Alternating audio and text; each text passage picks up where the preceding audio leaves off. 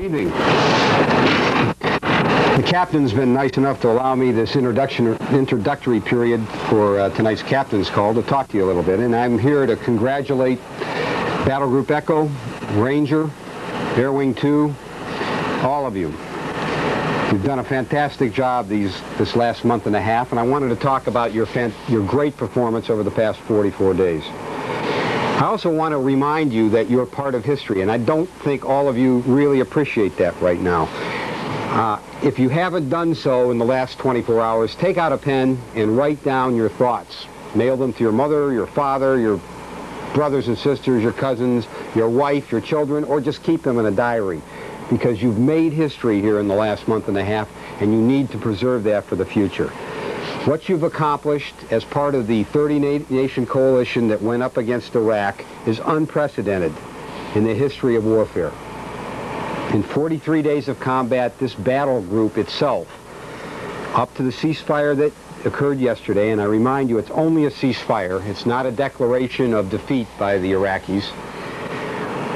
This battle group and the Air Wing flew over 4,000 sorties against the Iraqi forces, dropping over 4 million pounds of ordnance. That's 8 pounds of ordnance for every Iraqi soldier that was on the ground. The Air Wing had 140 strikes over the beach. Those of you that were awakened 6 to 7 times a night by the William Tell Overture remember those well right here on Ranger. It was worth knowing that that was going on, gents. The Air Wing flew the first strikes over the beach on the first night of the war in January 17th.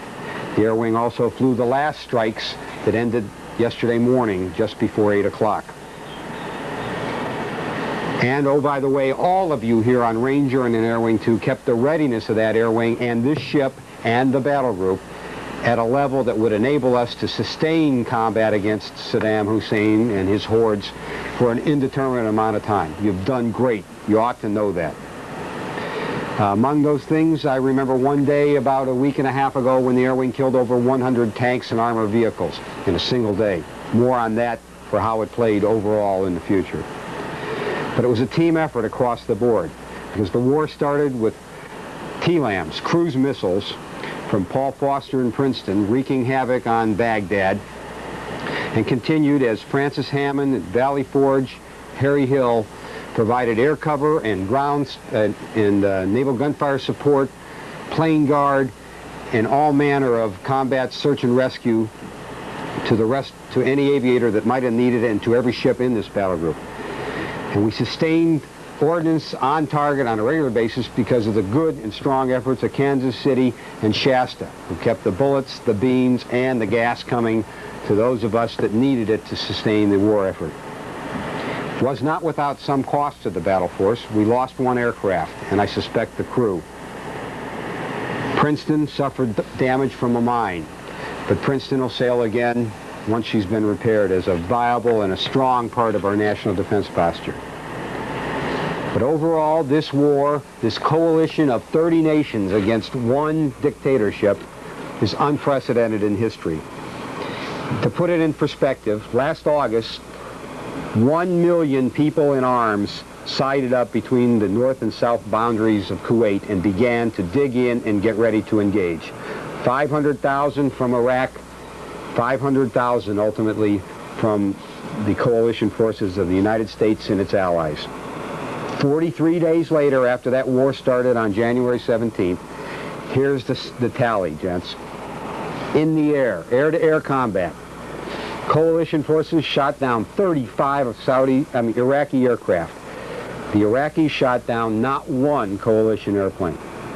Overall, those guys that we destroyed on the ground, 400 Iraqi aircraft destroyed on the ground. Only 27 coalition aircraft destroyed by surface-to-air threats or on the ground or in anything.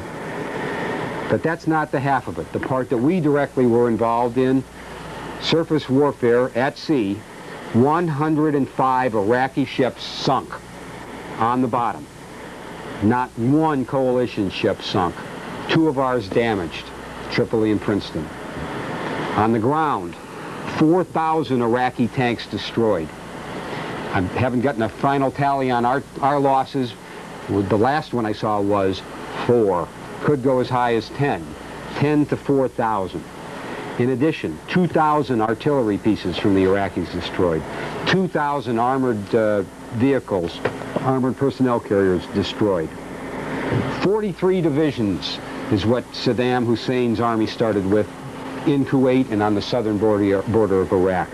As I talk to you today, 100 hours of combat later, less than 5 of those divisions remain, and none of them remain intact. There's parts of one and parts of another, summing up to only 5 out of 43 left.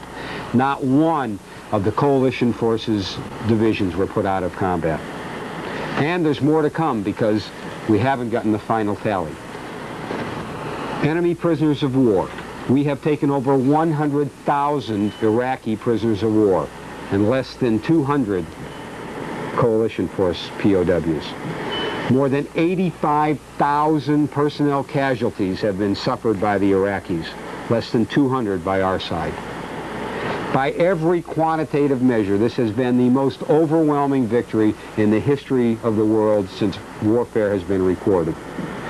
Saddam Hussein tried to call it the mother of all battles. I think we've shown him that it was, on his part, the mother of all retreats. That said, it's not over till the fat lady sings, or until the decimated dictator squeals, if you will.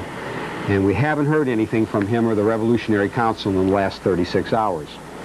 We defeated his military. We spared his civilian populace. But the war is not over. We only have a ceasefire. The mines the 200 plus mines that we've already found out there have probably 1,000 or so brothers still floating around, lurking, attempting to find our hull. We need to stay vigilant. Please, keep your edge up. Stay aware. Be ready to jump back into the fray if we need to do that. Our air crews are still logging green ink. When we pull away from this anchorage, green ink, that's the mark that we use to show combat, is what will be used in their logbooks until peace is declared. That said, I'm sure you're interested in the schedule.